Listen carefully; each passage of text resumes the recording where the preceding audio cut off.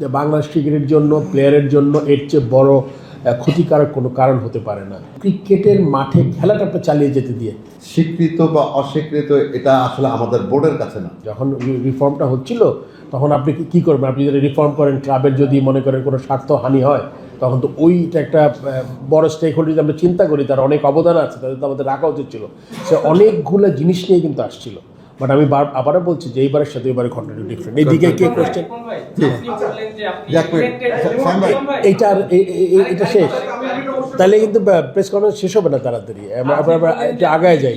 Board member তখন ছিলেন না, যারা এখন তাদের ভাষায় প্রতিবাদ করছেন, তারা যদি কখনো বোর্ডে আসেন, তারা যদি একইভাবে বলেন আমরা তো তখন বোর্ড মেম্বার ছিলাম না, এটাকে জাস্টিফাই। আচ্ছা, এটা এদিক থেকে তোমার এই কোয়েশ্চেনটা পজিটিভ ছিল। সে অনেকগুলো জিনিস নিয়ে কিন্তু আসছিল। বাট আমি আবারও বলছি যে এইবারের সাথে এবারে কন্টেন্ট ডিফারেন্ট। এইদিকে কে কোয়েশ্চেন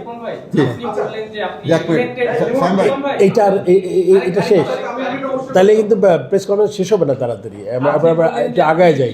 বোর্ড মেম্বার তখন ছিলেন না, যারা এখন তাদের ভাষায় প্রতিবাদ করছেন, তারা যদি কখনো বোর্ডে আসেন, তারা যদি একইভাবে বলেন আমরা তো তখন বোর্ড মেম্বার ছিলাম না, এটাকে জাস্টিফাই। আচ্ছা, এটা এদিক থেকে তোমার এই কোশ্চেনটা পরে অ্যানসার করতেছি। এদিকে নেই, আমি সিজিএমের চেয়ারম্যানের কাছে আমার প্রশ্ন, চেয়ারম্যানকে একটু বলতে দিন। ক্লাব ক্রিকেট অর্গানাইজেশন কি আপনাদের নিবন্ধিত কোনো সংগঠন কিনা, আর এদের কি কোনো আপনার সমাজসেবা অভিযোগ করে কোনো নিবন্ধন আছে কিনা?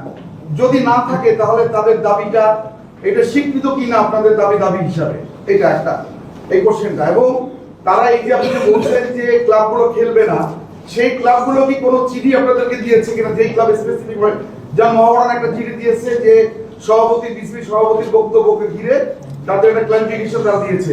যে ক্লাবগুলো খেলবে না তারা কি তাদের প্রেসিডেন্ট